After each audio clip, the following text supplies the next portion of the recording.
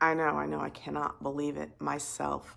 2025 is just like a few hours away, like 4 hours away. And it's a new year. It's time for new growth, new change. But really, how are you bringing in the new year? I wonder, there's two different ways that you can bring in the new year, right? Like, let me give you some examples. Is it going to be a year of action or a year of reflection, right? Is this going to be a year where you do all kinds of new things, or are you just going to kind of chill and reflect on what 2024 was like?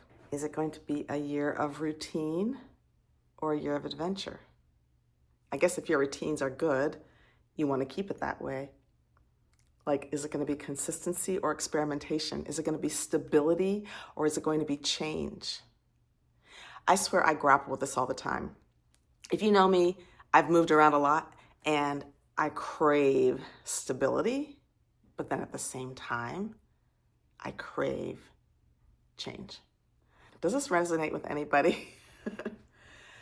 Is 2025 going to be a year of growth or is it going to be a year of gratitude?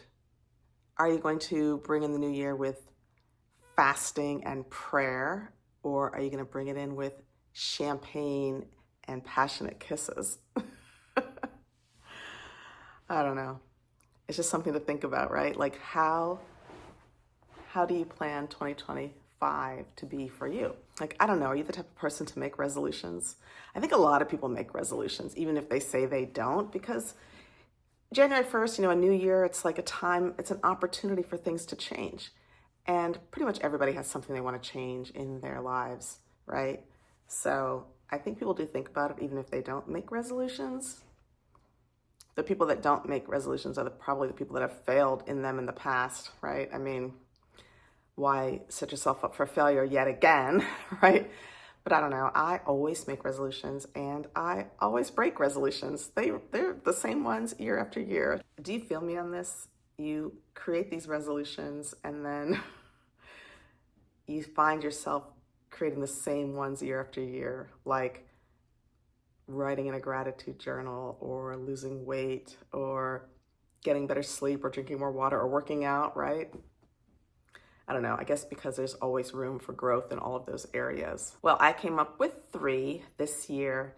These are all resolutions that have the number 25 in them. And tell me what you think, because I think that these are going to be beneficial for all of us.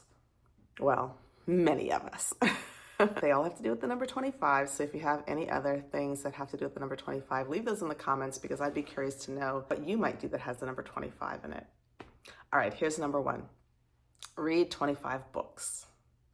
Yeah, I know. For you book lovers out there, you avid readers, that is a very small number. But for many of us, it is a big challenge.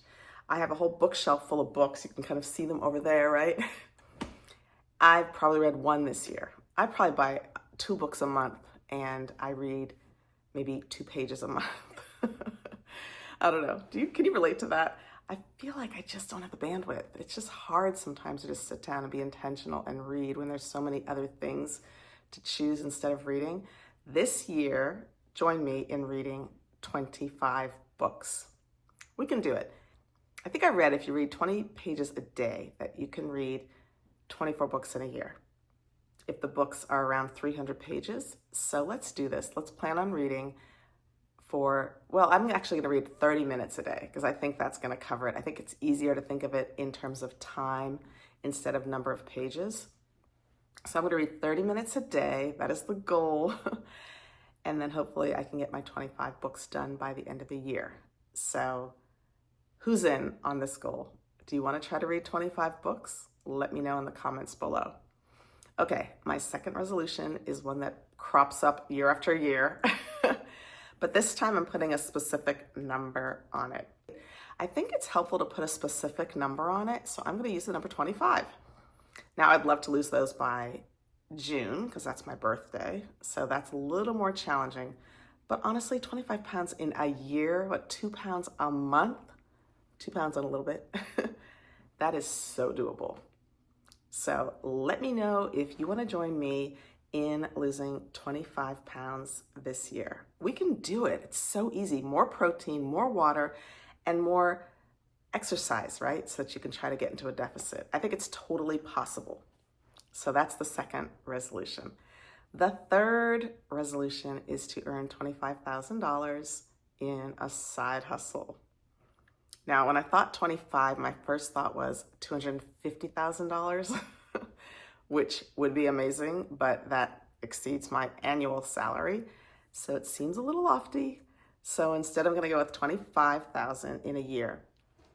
I feel like 25,000 is a nice round number, super achievable, couple $1,000s a month, again, right? I mean, currently I'm earning zero, so I have to go from earning zero in a side hustle to $2,000 a month in the next 4 weeks. But I'm up for the challenge, and I need to spend some time tonight reflecting on how exactly that's going to get done. But I would love to know if you made $25,000 in a side hustle this year, tell me what you did. Please tell me what you did, and I'm going to copy you because I'm really looking forward to that extra 25 grand. I have to pay for my daughter's boarding school, and that doesn't cover the tuition, but that'll cover the majority of it. So I feel like that would be fantastic. I also need a new car. I got into a fender bender a few months ago, and if I had $25,000, I would go out and buy a new car. So I would love to have that extra $25,000. I have many, many uses for that money.